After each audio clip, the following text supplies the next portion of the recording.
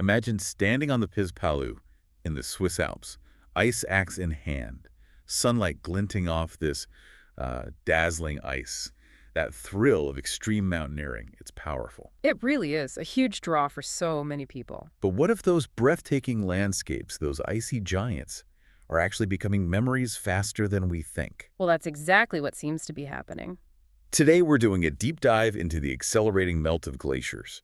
We're looking at two really critical regions, the Alps and the Himalayas. Yeah, these aren't just pretty landscapes. They're profound signals, almost like bellwethers for our global climate, telling us about huge shifts underway. Right, so that's our mission today, isn't it? Exactly. We've got a great set of sources here, and we're going to pull out the key insights. We want to explore not just what's happening, the melt itself. But the why it matters part. Precisely. Why it impacts everyone, from the people living right there to, well, the entire global ecosystem.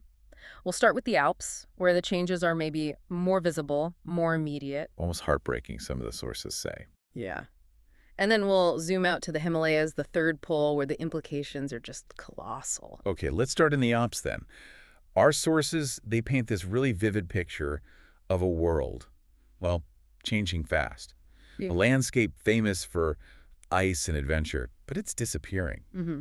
We have mountaineers like Danny Arnold, someone who knows these peaks inside out. He's seeing the effects firsthand. What's he noticing specifically? He mentions winter climbing. Says it used to be much more common, more reliable, even just, say, 10 years ago. Wow. So even in that short time frame. Yeah.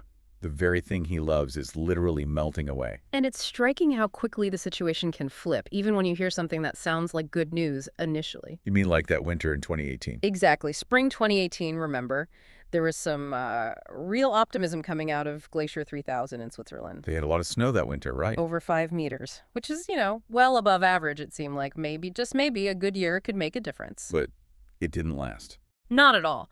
That's the kicker. Despite those 5 meters of fresh snow, fast forward just a few months to autumn. All gone. All gone. And not just the snow. An extra 1.3 meters of the actual glacier ice underneath had vanished too.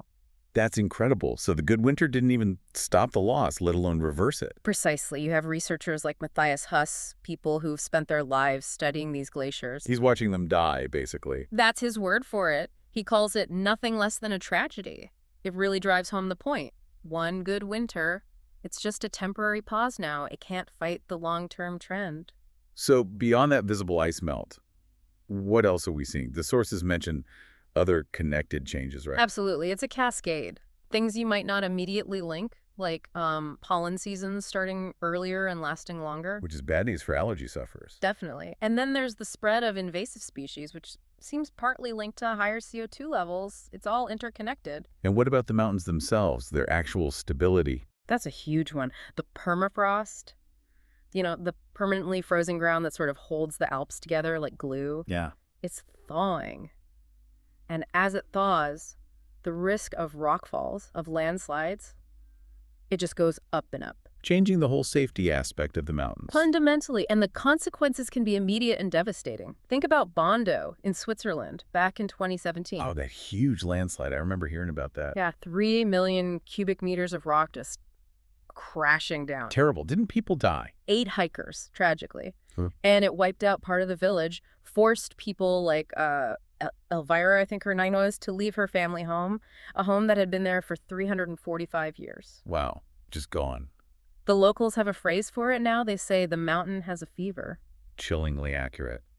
And Bondo isn't the only place. No, not at all. There's another example, the Hoch Forgensee on the Germany-Austria border. What's happening there? A crack appeared in the rock face back in 2014. And it hasn't just stayed there, it's widened significantly. How much rock are we talking about? Experts estimate about 260,000 cubic meters could potentially collapse. That's enormous. When? They're saying this year or next year, it's moving several millimeters a month. So this isn't some slow geological creep anymore. No, it's active. It's a dynamic crisis unfolding right now. Okay, so with all these physical changes happening, Yeah. what does it mean for the people? The ones who live there, work there. Their lives are tied to this environment. Yeah, the impacts are profound. Yeah. especially economically. Think about tourism. Snow is everything, right? Snow is critical. And some resorts, they're trying things like snow farming. Snow farming, what's that? Basically, scraping together winter snow, piling it up, covering it, and trying to store it for the next season. Does it work? It's getting harder. Temperatures are rising, so even storing the snow is tough.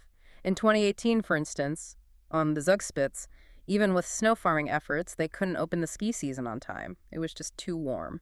So that leads to more reliance on snow machines, I guess. Exactly. But that comes with its own problems, beyond just the cost. Like what? Well, there's research by hydrologist Commander Young in Silvretta. He found that snow machines and the really heavy artificial snow they produce compact the ground massively. So water can't soak in. Right. It leads to terrible erosion. Those beautiful alpine meadows, they get damaged, become almost impermeable. It ruins the natural water absorption. It's not just about skiing then. The whole economy is vulnerable. Very much so. Some studies are predicting that by 2085, get this, 80% of alpine ski resorts might not have guaranteed snow. 80%. That's huge.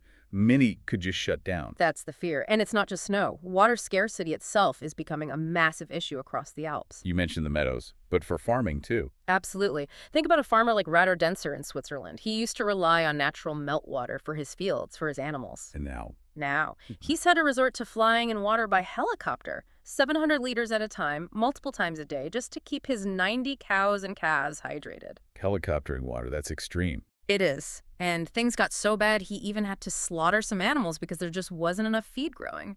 It's a really grim picture of what adaptation looks like on the ground. Unless water doesn't just hit farms, right? Power generation. Big impact on hydropower, yes. And it dramatically increases the risk of other disasters like wildfires. Wildfires in the Alps. Oh, yes. Our sources describe these catastrophic fires in Piedmont, Italy in 2017. Flames reaching 100 meters high. 100 meters. Incredible heat. They melted iron paths, destroyed 70% of the forests in some areas like Montpenterre. Does those forests recover? The firefighters quoted in the sources, they say no. They say those forests will never regenerate. That's devastating. Is there any positive news coming out of the Alps? Any signs of adaptation working? Well, there are glimpses. Some regions, like Slovenia, are mentioned as shifting their tourism model. How so? Moving away from reliance on guaranteed snow.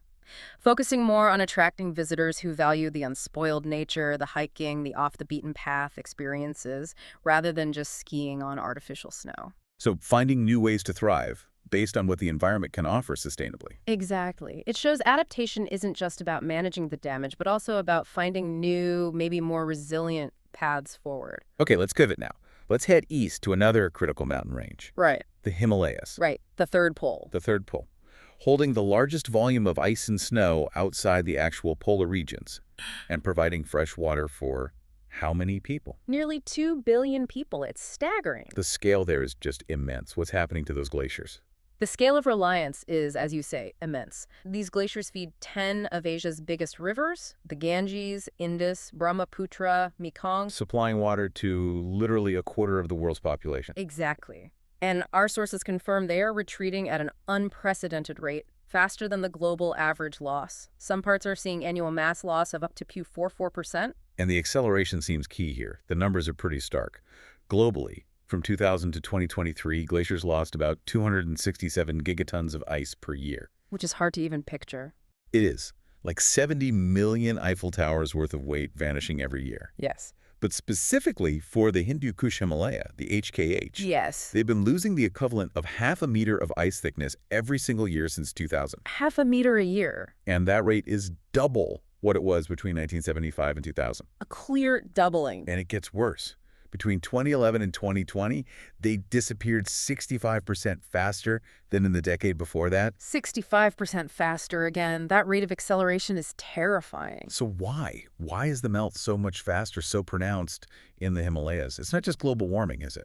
Global warming is the underlying driver, absolutely. But yes, there are regional factors amplifying it. One is something called elevation-dependent warming. Meaning higher areas warm faster. Essentially, yes. For complex reasons, these high mountain environments are experiencing faster rates of warming than lower areas. Okay, and you also have that feedback loop, right? The albedo effect. Exactly. That vicious cycle. White snow and ice are reflective. They bounce sunlight back. Keeping things cool. Right. But as they melt, they expose darker rock, soil, debris underneath. Which absorbs more sunlight. Much more.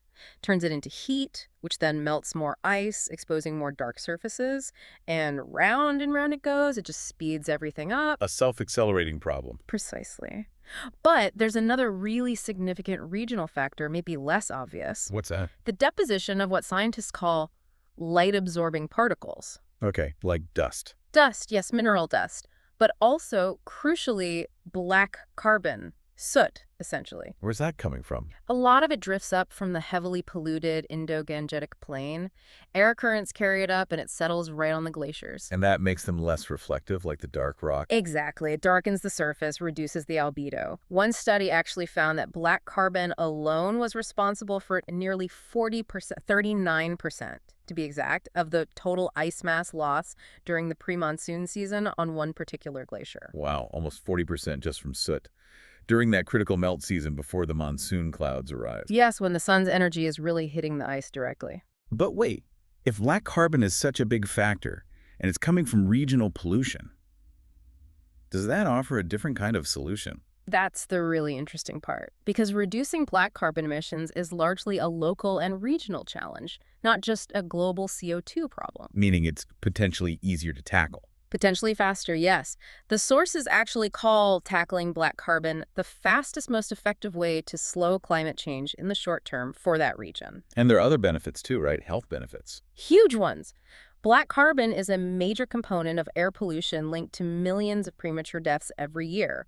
So cutting it helps the glaciers and saves lives directly. It's a genuine win-win. Okay, so the melt is accelerating rapidly. What are the consequences? It's not just about losing the ice itself.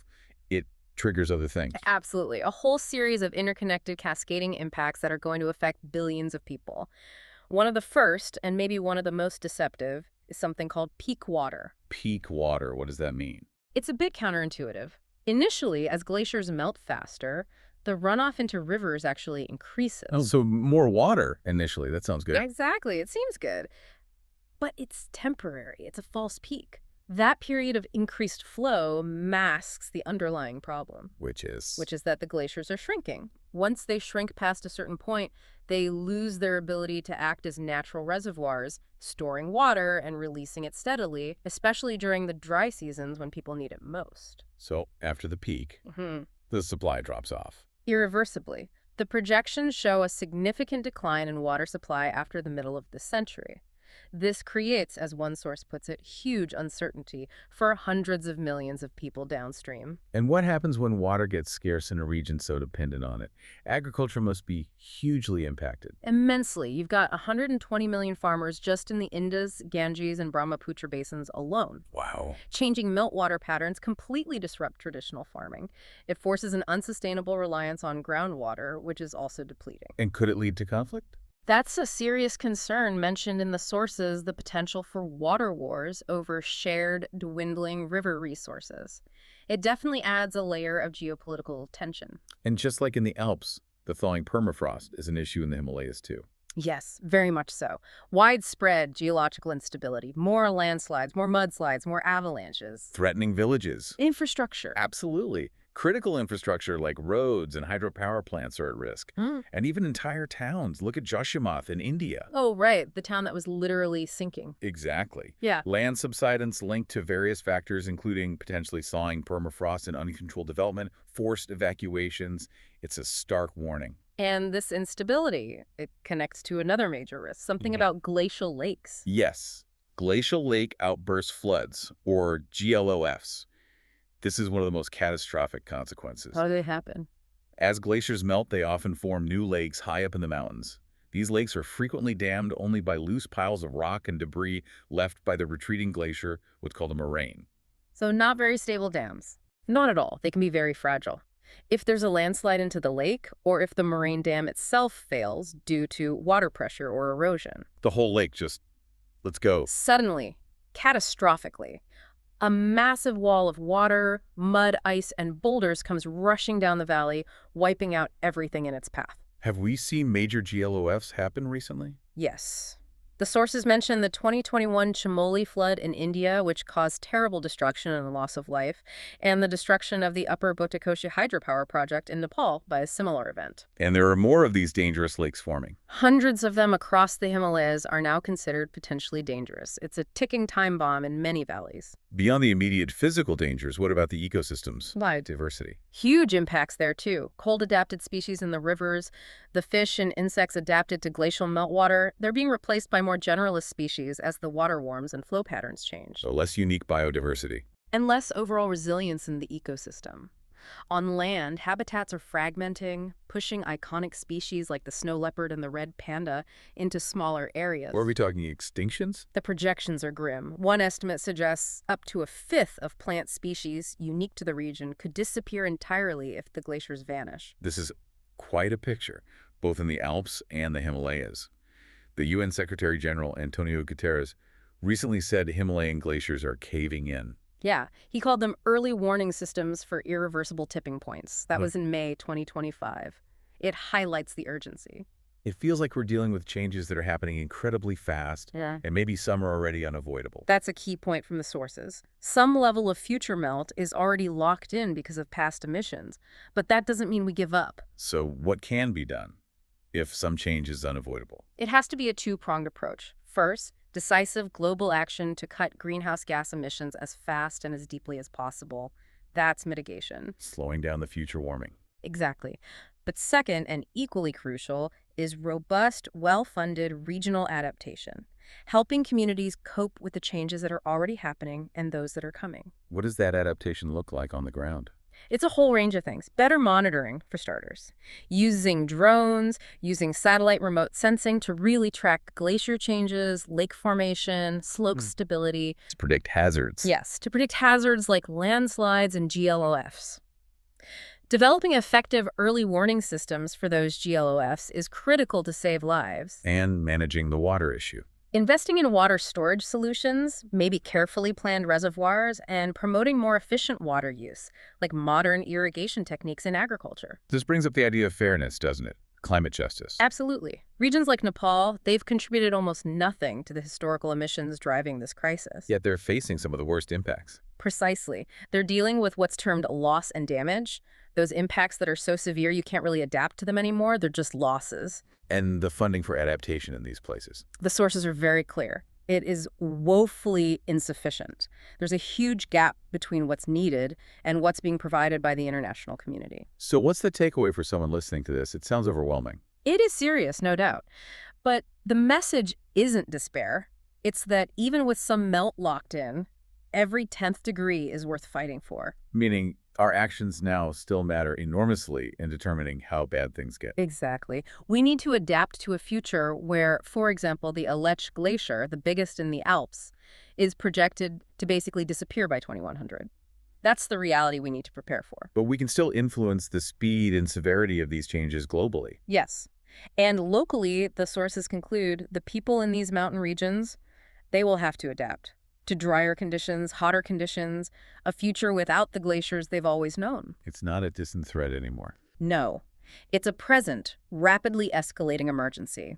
It demands immediate action, serious funding, and crucially cooperation across borders, because these mountain systems don't respect political boundaries. This deep dive really underscores how these glaciers, Alps, Himalayas, they aren't just remote wonders. They're vital planetary indicators. Vital signs affecting water for billions, the stability of mountains, the lives of communities. The changes are profound, fast, and they're here now. And the insights from the sources show that while some changes baked in, our choices today are critical. Absolutely critical, both globally on emissions and regionally on adaptation and support. It really highlights how interconnected everything is. A powerful call to action, really. So as we wrap up, here's something to think about. If the third pole is melting this fast, fundamentally changing life for a quarter of humanity, what does that signal about climate impacts maybe closer to home? What subtle changes might be unfolding in your own backyard waiting to become obvious? What will you look for next?